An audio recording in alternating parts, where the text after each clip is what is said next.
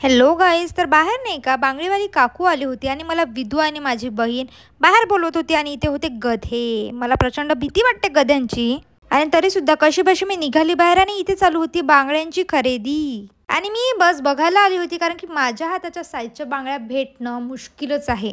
माझ्या ज्या बहिणीची बकबक चालू आहे आणि त्याच्याकडे लक्ष नको द्या. इकडून विधू आहे त्यांना त्याच्याकडे लक्ष द्या आणि तो काय म्हणते तिकडे पण लक्ष द्या.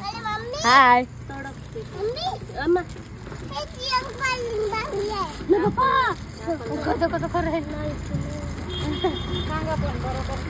आमचं इथलं जर टाइमपास झाला. मग त्यानंतर घरी गेली तर बघते तर मम्मी बनवत होती मस्तपैकी पास्ता आणि तिला व्हिडिओमध्ये यायचं नव्हतं ना. बघा कशी लाजत आहे. आणि पप्पा इथे कॅमेरा घेऊन उभे, व्हिडिओ बनवायचा आहे. आता नवीन नवीन व्लॉग स्टार्टिंग केला आहे ना पप्पानी.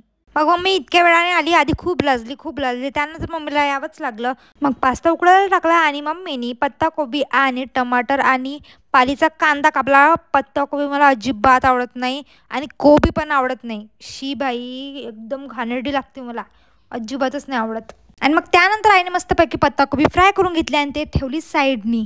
आणि इथे मस्तपैकी कांदा टमाटर वगैरे वगैरे XYZ सगळं फ्राय करून घेतलं आणि त्यानंतर आपला टाकला पास्ता. भाई एक नंबर.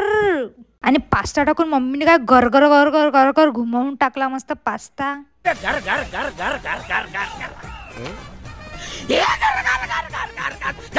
हा हा हा, झणझणीत. आता इथे झालाय आपला पास्ता रेडी. आता मी तर मस्तपैकी पास्ता एन्जॉय करते आणि तुम्ही करा आपल्या चॅनेलला लाईक शेअर आणि सब्सक्राइब. भाई चलो मिलते फिर से अपने नेक्स्ट मिनी ब्लॉग में. Bye bye.